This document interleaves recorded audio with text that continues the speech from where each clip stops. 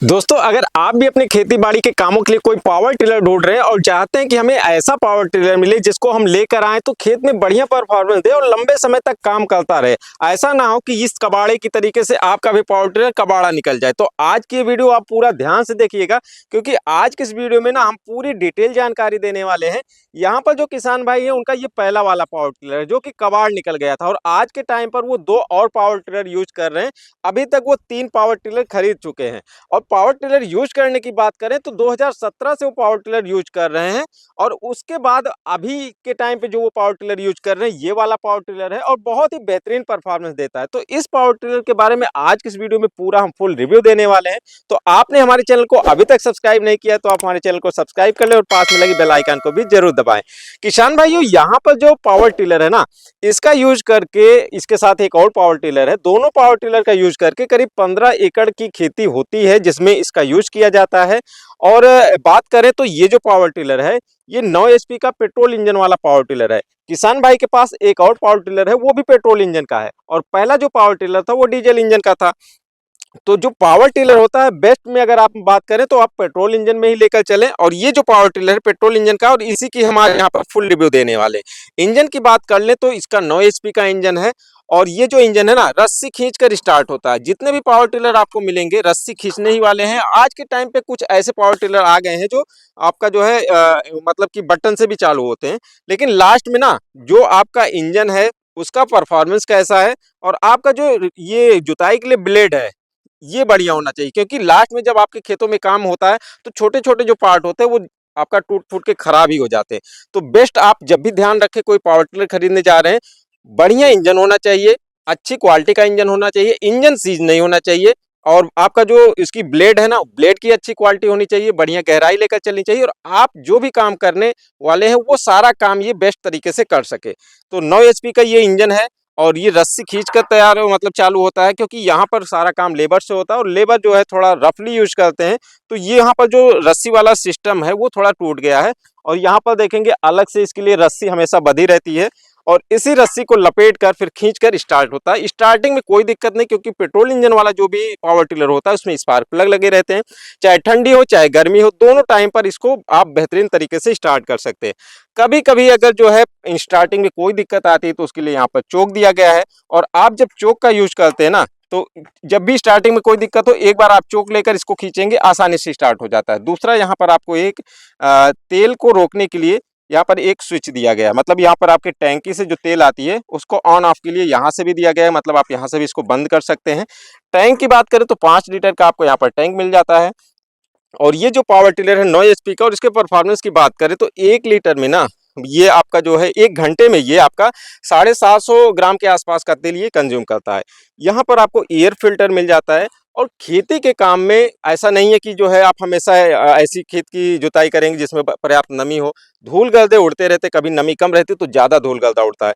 तो फिल्टर आपका बेहतरीन होना चाहिए और साथ ही साथ आपको बराबर इसका ध्यान भी रखना चाहिए। तो इस इंजन का जो फिल्टर है बेहतरीन क्वालिटी का है।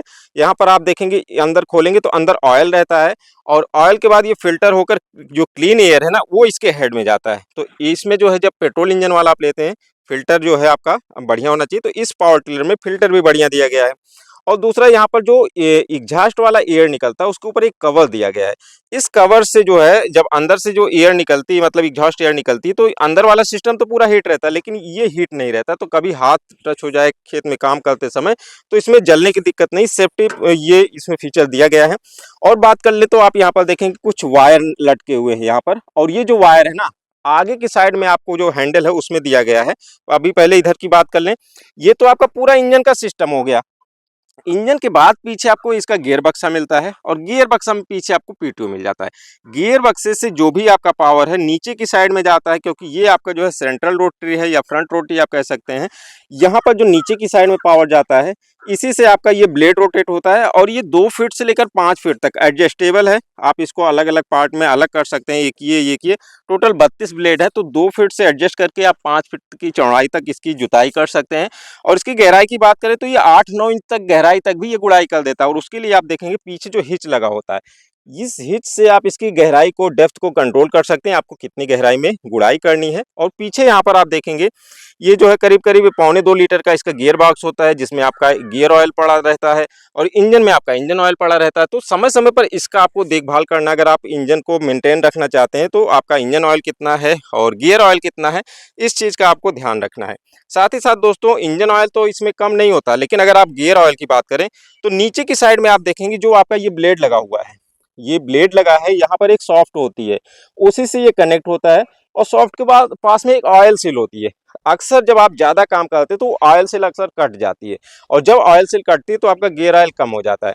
तो आपको कोई भी, आप पुराने इंजन का रफ या आपकी मोटरसाइकिल का जो ऑयल निकला होता है उसका आपको आप इसमें प्रयोग कर सकते हैं गियर ऑयल में। तो वो चीज़ आपको यहाँ पर ध्यान रखना है। अब यहाँ पर जो है आप पीछे की साइड में देख सकते हैं जो इसका पीटीओ सॉफ्ट है, इस पीटीओ सॉफ्ट से आप कई अटैचमेंट चला सकते हैं। जैसे अगर आपको रीपर चलाना है, धान कटाई के लिए, गेहूं की कटाई के लिए रीपर आता है, 9 HP का पावरफुल इंजन है, आप आसानी से इस पर रीपर चला सकते हैं, रीपर चला सकते हैं। कोई जनरेटर भी चला सकते हैं, 9 HP का है तो आप जो है इसके साथ एक अच्छा खासा पावर भी आपको करीब 1-2 किलोवाट का मिल जाएगा, जनरेटर चला सकते हैं।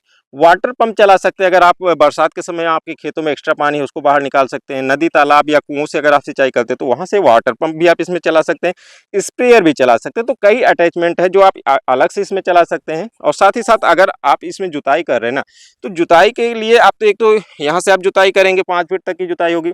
फिर अगर आपको पाटा लगाना है तो पाटा लगाने के लिए भी आपको यहाँ से अटैचमेंट मिल जाएगा, आप यहाँ से अटैच कर सकते हैं हिच से। और अगर आपको बेड बनाना है तो बेड बनाने के लिए भी पीछे आपका अटैचमेंट लग जाता है, नाली बनाने के लिए भी अटैचमेंट लग जाता है। ये मतलब इसके साथ आप जो है जुताई तो करेंगे ही, नाली भी बना सकते हैं, बेड भी बना सकते हैं। ये सारा काम भी इस पावर टिलर से कर सकते हैं। मजबूत पावर टिलर है 9 HP का। अगर बात करें तो इस पावर टिलर से आप 5 एकड़ 7 एकड़ मतलब 5 एकड़ से ज़्यादा भी आपकी खेती है तो ये पावर टिलर आपके लिए एकदम परफेक्ट है, आप इससे सारा काम कर सकते हैं। अब बात कर लेते हैं यहाँ पर इसके हैंडल की। नीचे आपका जो गियर सिस्टम है, आगे इंजन लगा हुआ है, पीछे हैंडल से इसका कंट्रोल रहता है और हैंडल में आपको कई चीज़ मिल जाती है। एक तो यहाँ पर आपको एक्सेलरेटर मिल जाता है राइट वाले हैंडल में ऊपर की साइड में, और इस एक्सेलरेटर को आप यहाँ से कंट्रोल कर सकते हैं। आपको इंजन कितना तेज करना है, कितना धीमा करना है, ये हो जाता है। और रिवर्स आपको अगर चलना है, रिवर्स गियर के लिए आपको हाथ के पास में मिल जाता है। किसी भी गियर में लो और हाई, 2 गियर यहाँ से मिलते हैं, एक लो है और एक हाई, दोनों गियर में आप रिवर्स भी जा सकते हैं। तो इसके लिए आप जैसे आप जुताई कर रहे हैं, आगे चल रहे हैं, तुरंत से आपको रिवर्स जाना है तो आप इसको दबाएंगे, आपका रिवर्स आ जाएगा। लेफ्ट साइड में आपका क्लच मिल जाता है। इंजन तभी आगे बढ़ेगा, जुताई तभी आगे होगी जब इस क्लच को आप प्रेस करके रखेंगे। तो इसमें एक सेफ्टी भी है और लगभग हर टिलर में ये होता है। तो यहाँ पर क्लच मिल जाता है, ऑन ऑफ के लिए बटन मिल जाती है, जो हम अभी वहाँ बता रहे थे, जो तार है, तो उस तार से आपके स्पार्क प्लग का कनेक्शन कट जाता है और यहीं से आपका ऑन और ऑफ हो जाता है इंजन।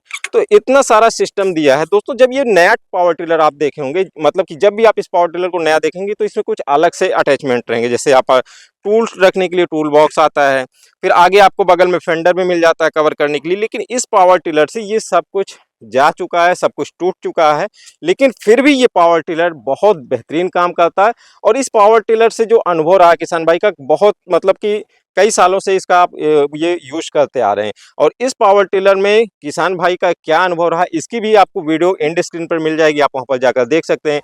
3 पावर टिलर यूज कर चुके हैं और जो पहला पावर टिलर 2017 का था, कैसे क्या है, हर एक जानकारी आपको उस वीडियो में मिल जाएगी। फिलहाल ये वाला जो पावर टिलर है ना, किसान भाई ने बेहतरीन तरीके से यूज किया, बढ़िया परफॉर्मेंस देता है। तो अगर आप भी ये पावर टिलर खरीदना चाहते हैं तो आपके लिए बेस्ट है, आप खरीद सकते हैं। बस पावर टिलर खरीदते समय ये चीज़ ध्यान रखें, हमेशा पेट्रोल इंजन को सिलेक्ट करें। और इंडियन कंपनी है, अगर जो इंजन की मतलब जो इंजन बनाए गए हैं, इंडियन कंपनी को आप पहले परफॉर्मेंस देंगे। आज के टाइम पे मार्केट में बहुत से चाइना के प्रोडक्ट आ रहे हैं, आपको 8 HP 9 HP 7 HP का पावर टिलर 25,000 से स्टार्टिंग मिल जाती है। लेकिन आप कभी भी इस चक्कर में मत रहिए कि सस्ता है तो खरीद लें। ऐसा ना हो कि आप भाई सस्ता तो लेकर आए, आपका ढेर सारा यहाँ हेडलाइट भी लगा है, हर चीज़ लगा हुआ है, लेकिन जो आपका मेन है इंजन, वही नहीं काम कर रहा है। आगे कुछ दिन बाद जाके इंजन ही सीज हो। ये वाला जो पावर टिलर है, इसमें यही दिक्कत है। शुरुआत में लाने के बाद 5-6 महीने तक तो ये चला था, उसके बाद ये 3 बार इंजन लगातार सीज हो चुका, उसके बाद किसान भाई ने इसको छोड़ दिया।